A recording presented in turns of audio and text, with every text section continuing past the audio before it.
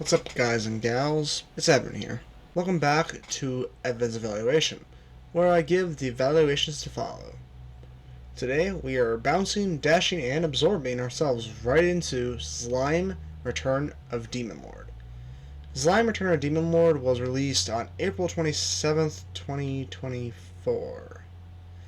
This is recent. Anyways, it's an action casual roguelike game. It was created and developed by Duo AB indie developer. This is the first game Duo AB has created. That's hopefully not a bad sign for things to come. It's also not fully released. Okay, why did you guys make me pick this game? Well, you wanted an indie game to play. This is what you get. God damn it. Okay, whatever. Let's hope that this game is good. Let's find out if Zlime Return of the Demon Lord is a great new indie game. Before we find out, let me go over a small summary of the story.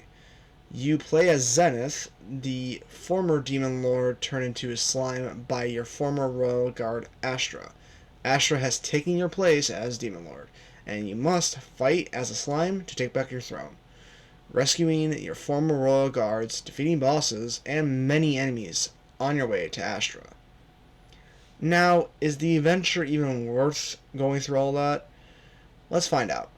Let's start with the gameplay, like we normally do. The gameplay in Zlime is pretty good and a little challenging to grip. Yet, once you do grip it, the controls flow perfectly with the gameplay, jumping, dashing, and transforming all feel great and perfect to use in battle.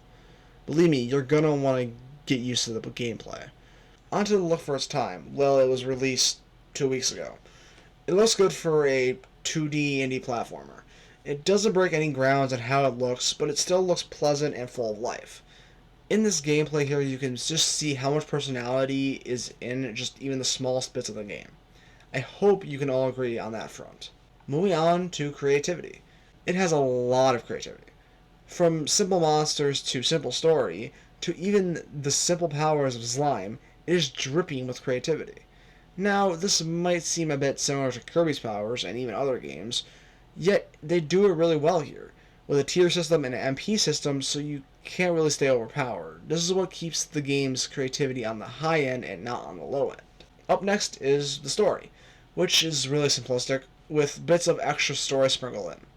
The basis of the story is much like any simple game.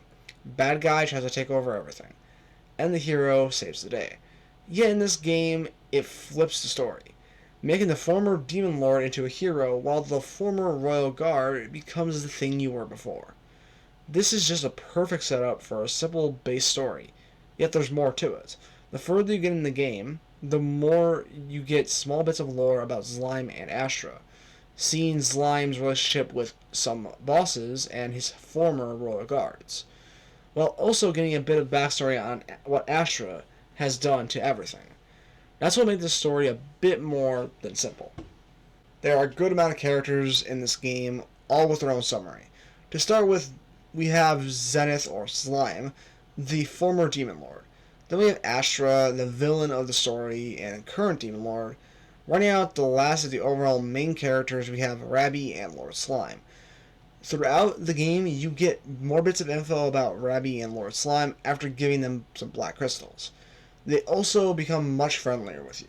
To not spoil anything else, the most I'll say is they're not the only ones who will help you. On to the music, which is honestly just very nice and basic adventure sounding, nothing too special, but nothing really necessarily bad either. Since I can't play any of the music either, I will just leave you with some simple gameplay with a copyright-free song that captures the feeling of adventure.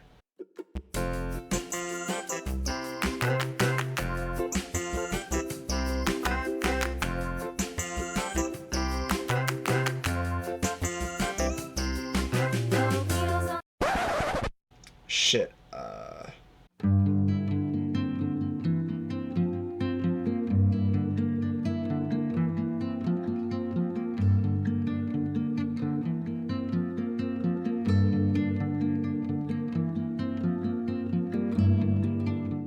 Finally, we have reached the last checkmark on this game. which is the question, is it fun? Honestly, yes, this game is fun. It might be infuriating at parts, but it doesn't ruin the overall experience. Most roguelike games like this are infuriating sometimes, yet it doesn't ruin the overall fun of the game, especially when you finally get that win. Before we get to the results, I want to repeat this game is in early access, so there are a couple bugs or glitches that I've ran into. Yet these small bugs should be overlooked as they don't take much away from the game. We've made it once again, dear viewers. Out of these 5 cards, this game is recommended.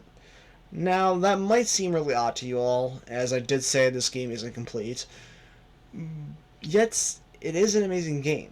It's fun, it's creative, the art style is very simple and cute. There isn't much to dislike about this game, unless you want to nitpick stuff that hard. Yet I can't find much to nitpick about. The stuff I would nitpick are the RNG based moments in the game and the slightly long tutorial, which you can skip if needed. Those don't take away from the game in my opinion, so it deserves recommended stamp of approval. Now, what age group do I think would enjoy this game? I could say anyone from 13 to 99 can enjoy this game after figuring out the controls. I want to tell you guys, Zlime, Return of Demon Lord, is only $7 on Steam. I recommend you buy it while it's cheap. Who knows if the price is going to go up once the game fully comes out. Also, they didn't sponsor me to make this, obviously. I don't even have anywhere near enough people subscribed to me for that. Oh yeah, that's right, it's time to sign off. Thanks for watching this vid. Hit that like and subscribe button to see more content like this.